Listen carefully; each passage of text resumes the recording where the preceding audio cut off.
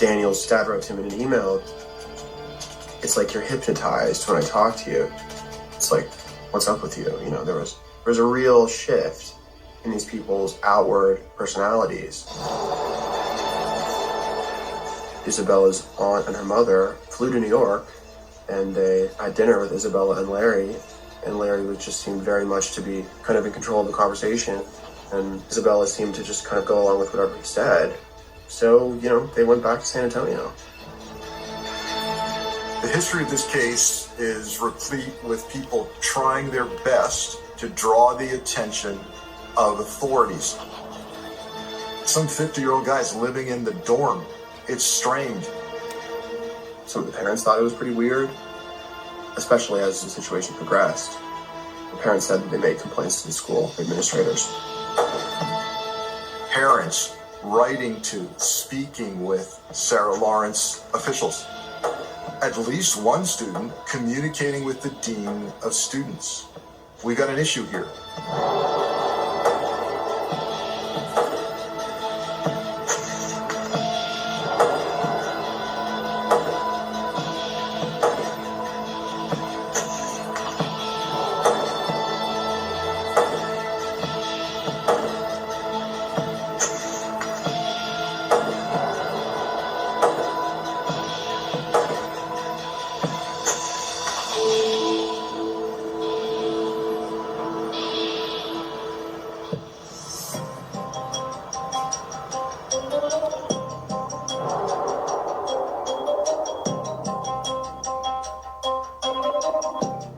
The next summer, Larry had started to bring more and more students into my home. Dan, Claudia, and Santos were kind of like the newer acolytes, the ones who were kind of more recently falling under the sway of Larry and seeking him out for guidance. And so they sort of all end up living there. Larry, Isabella, and Talia shared the bedroom.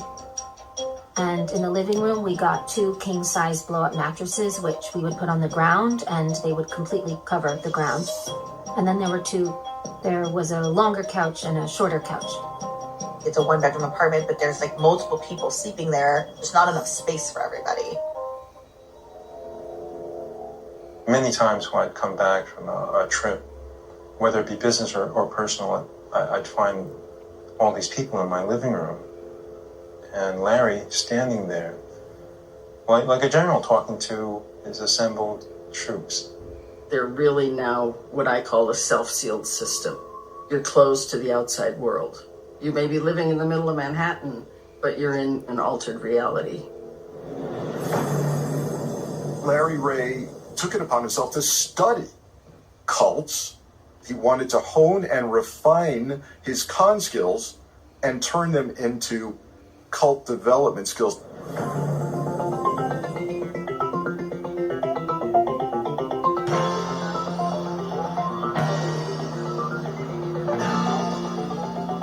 He would start every morning by playing the song to wake them up, and it would be like, okay, you know, Larry's in charge.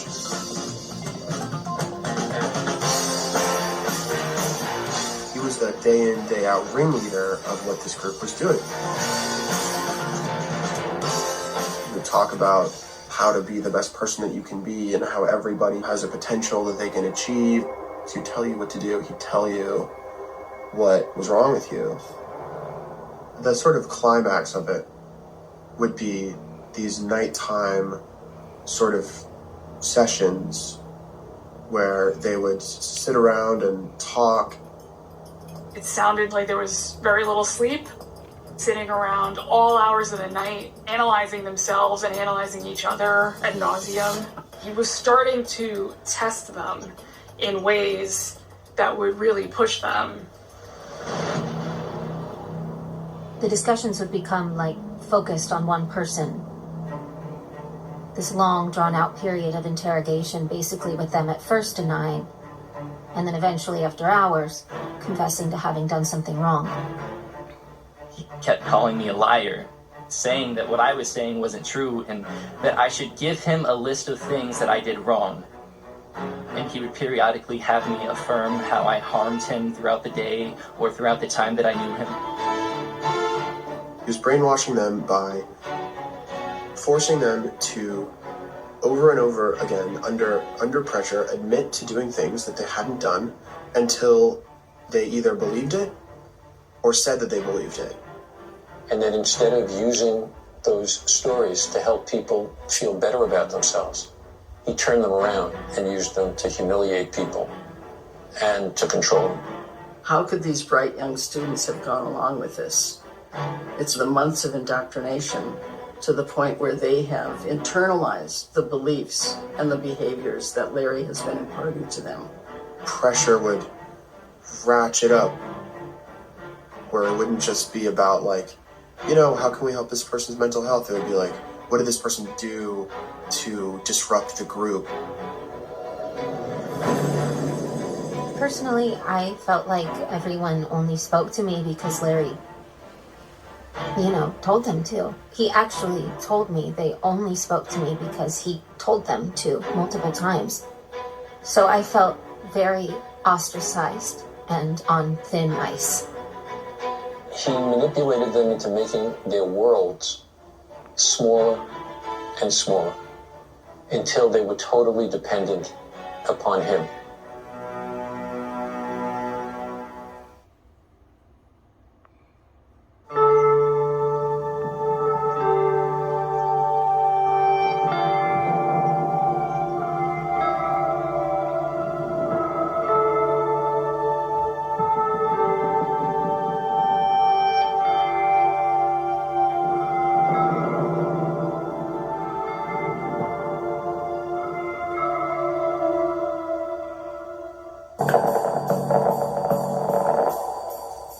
Bongo Ochoa was a former boyfriend of Talia's.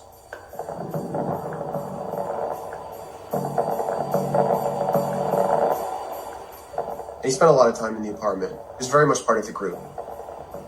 Iban was just very, very easy to be around. His smile was electric. He had a gift for breaking tension and just making the mood light. He saw Larry as kind of a mentor and a guiding light who had looked after him. He believed that Larry was sort of this example of this heroic Marine that he wanted to emulate.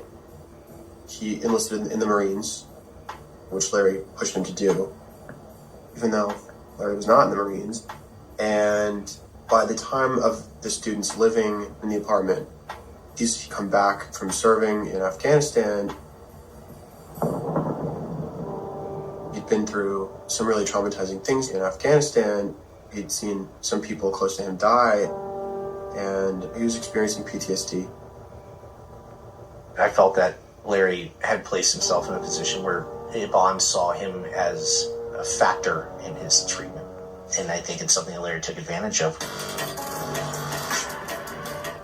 Sometimes I'd be hanging out with Iban, he'd just pick up the phone, yes, boom, hang up, and then he's like, gotta go. Be like, oh, he's gotta be ready at all times. He often played a role of sort of like a gopher. Larry would have him drive him around. As I was reporting the story, I spoke with Iban. When I talked to him, it was in 2019. He helped me through a lot of emotional battles that I had, directing me and guiding me, I should say. He was there for me to help me sort of get my bearings together when I came back to civilian society. He kind of saw himself as on a mission for Larry. And it was his duty to, if Larry ever needed anything, in the same way as he would obey a commander in the military, he would do what Larry needed.